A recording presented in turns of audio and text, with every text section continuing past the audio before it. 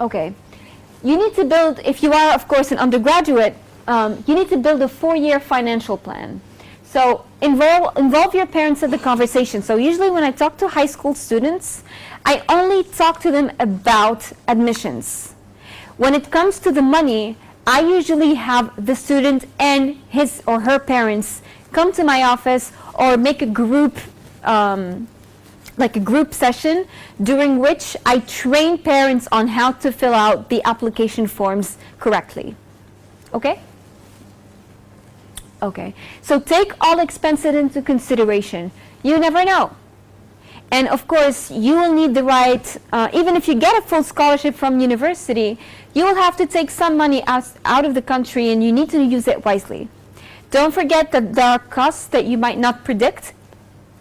But the universities, when they give you a financial plan and they will give you the list of your expenses, they will give you an approximate amount of money about each rubric. So they will make sure that they will give you the costs of the maximum you can pay. Okay, so they are there to help you figure out those expenses as well. Because I know that it can be it's very challenging if you are a student and you are looking for ways, very short term, to pay for the next quarter or for the next semester. Okay? So yes, there are universities that are very, very, very generous with international students. But if you don't find universities that are not, well, no, bear in mind that you will have to find a way to afford that before you apply, before you decide to apply.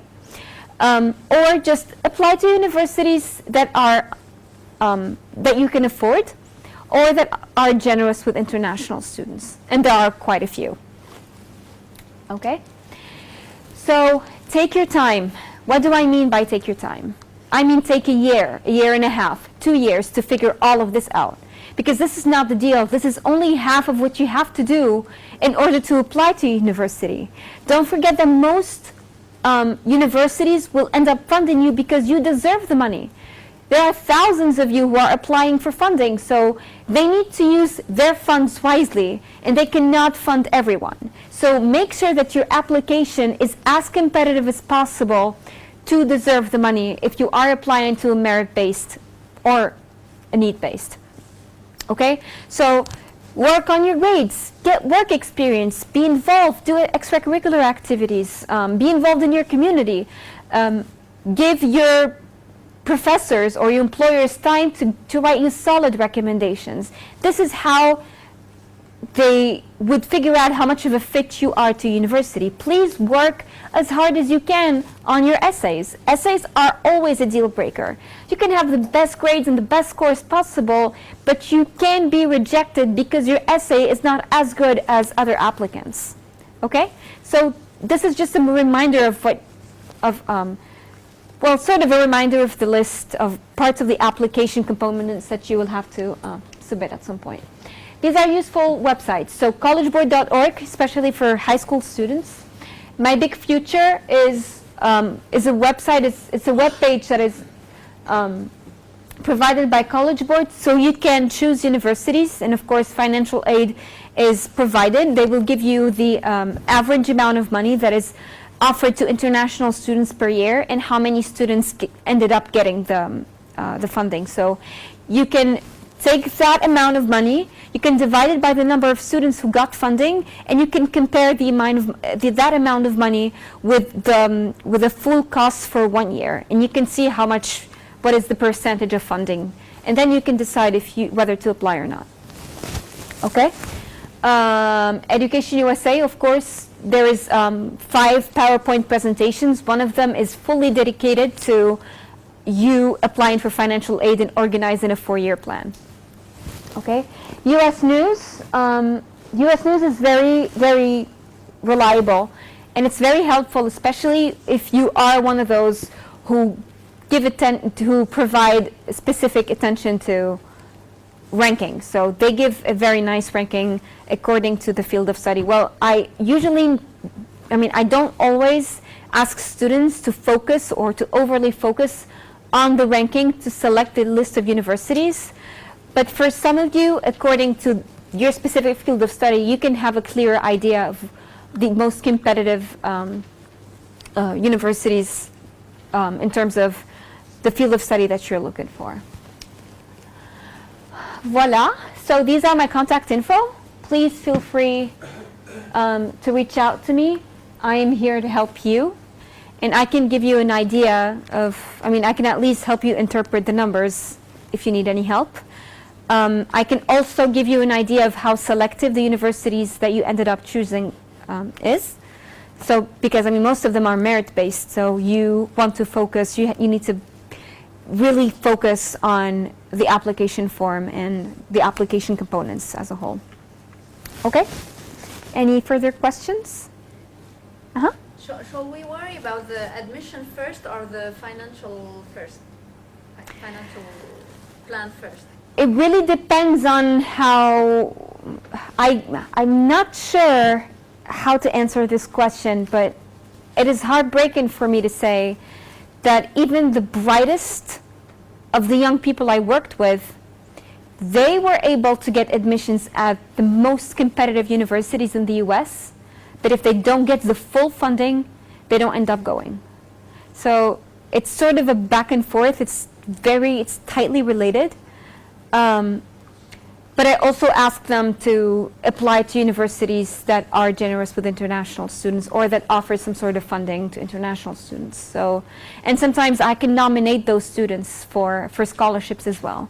Some universities work closely with EducationUSA, and they reach out to advisors to recommend or to nominate one of our students to their scholarships. And it happened plenty of times. Well, this year we have one university that mostly selected this.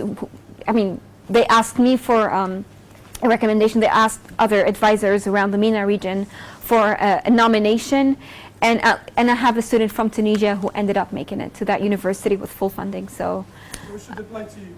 Sorry? We should apply to you. No. Look, just to be clear about this, I am here to make sure that you end up where you want to be in the US. So I am here to help you strengthen your application. And of course, if you are a quality candidate, why would I keep this for myself? I would like to share that with the universities that you're applying for. It is my pleasure, it's my role, and it's my job that you end up at the university choices. So I'm not going to keep that for myself. If you're amazing, I will pick up the phone or just, write a short email. Look, this guy, he's solid. So if you want to focus on his application, this is what he's good at. This is how passionate he is. This is how much research he or she made about your institution. He or she has a specific experience related to your institution. I helped him with his essay. I can guarantee that all his RA transcripts and application components are reliable, because sometimes it is very important to highlight that fact. Yeah, I'm sure you have plenty of good applicants, but at least I can guarantee the quality of this applicant. So I do that a lot of times. So, yeah. So you talked about a student that you helped to go to the States, right? Basically, yeah, that's the role of EducationUSA. Would it be of use to contact you directly, or are those You don't, among the people that to be completely honest with you, you don't have to. This is pretty much the difference between EducationUSA or Campus France, for example. Campus France is a system through which international students apply in order to get accepted to French universities. For us, EducationUSA, we are a network of advisors. So we advise students to make sure that they provide quality applications and they increase their chances of admissions and getting scholarship. And we do the exact same thing with universities. We are here to highlight the potential of our students to make sure that Tunisian students are valued and they can see your applications as being very solid and as being highlighted, and they know how to interpret your grade transcripts. They know how excellent you are compared to the other students that you shared your education with here in Tunisia before you end up in the US. So we are here to build the bridge and to facilitate the contact and the admission process between the higher education institutions, the accredited one, of course, and the students who are highly interested in education in the US. So this is what I do. So is it among your tasks to go through all through the application and Yes. improve it, let's say? Not to improve it, but to give you tips to improve it. Okay. Okay? So I am here to tell you how things should be done and how you can value your application, but you will be doing the work yourself. For example, what I never do, and what I'm actually not allowed to do, is to give you a list of universities and tell you, there, this is a list, apply. I will never do this. And I usually am very skeptical about candidates who ask me for a list like this. And I don't know you, I can't recommend you anything. It is, the universities need to be your choice, but what I can do though is, you tell me, Mariem, I'm sort of lost and have like plenty of exams right now. I'm looking for community colleges in Southern California. I'm looking for mostly, solid engineering programs in New York because I have family in New York. So I can ask you more questions. Do you like it to be public or private? How much funding can you afford? How close do you want to be to this family? And I can provide you a couple of choices according to your criteria, not mine. Okay? Or what I can do as well, I'm constantly contacted by universities who do offer scholarships or who do offer solid programs. So I tell you, look, I was contacted by this specific universities, and this university showed a specific interest in Tunisian students. Do you want to give it a try? Hey, let's do the research together. Or here is the website that will help you with your research. You have 10 days to come up with a list and bring it back to me so I can comment the list according to how solid your grades are, how selective it could be, and I can contact them on your behalf, for example, if you have a question. And it can go both ways as well. I'm sometimes contacted by universities who are looking for university or school contacts in Tunisia, and I facilitate that contact. Okay? And the more I work with you, the more I can back you up. Let's say it. Because there is huge potential in Tunisia. You guys are doing such an amazing job. I can't just keep your awesomeness to myself. I'll have to share it at some point. So, yeah. Yeah. Another question. Yeah. Does those sites or websites like College Board or Mhm. EducationUSA include every opportunity, or should we look further? Well, if you are looking for graduate opportunities, I mostly made this presentation for undergraduates, so for high school students. But just to I included more details in my explanation for people who are applying to graduate programs, and I highly recommend Petersons.com. Petersons is a very valuable resource for students who are looking for graduate opportunities. Petersons, Petersons.com. Or you have gradschools.com as well. It's a very good website, grad schools. And just a reminder for you who are applying to the Fulbright program, the deadline is coming up. It is May 30th, I believe. And I have been reviewing essays. So if you have an essay to send me, please do it before Monday so I can give it a look and comment it and send it back to you. Through email. Yeah. Here it is, upstairs. Any age limits? Actually, I have a question related to Fulbright. Let me get back to the lady and I'll... Yes, madam? Just asking about the age limit for the Fulbright. There are no age limits for the Fulbright. The PhD, well, we just need to highlight something about the PhD. So the PhD opportunity under the Fulbright program is for those who are currently enrolled in a PhD in Tunisia and would like to go to the US for 1 year opportunity, like for 1 year research opportunity. So it is a requirement to deliver the selection committee with your PhD, Tunisian PhD registration. That is very important. But in terms of age, there are no age limits, not the ones I know of. Sorry, your question. So it's a must to have either the IELTS tests or The TOEFL? So at some point, at this stage of the process, are you talking about the Fulbright or you're talking about in general? the Fulbright. Yeah, the Fulbright, you can either take the TOEFL ITP, so it's, I don't want to say easier, but it's I think it's only a paper-based version of the final TOEFL, which is the IBT, the internet-based, that has the 4 section, reading, speaking, listening, and writing. Or you can take the IELTS as well. It is taken into consideration for both the Fulbright and the admissions for universities. I am taking the IELTS, but the results are due after the deadline. So I advise you. chance to I advise you to follow up with my colleague Nede, because I am more focused on the content, so universities, application components, but whatever is technical related to deadlines or how the online application form works, I think my colleague Nede is a great asset, and she will be more than happy to answer your questions.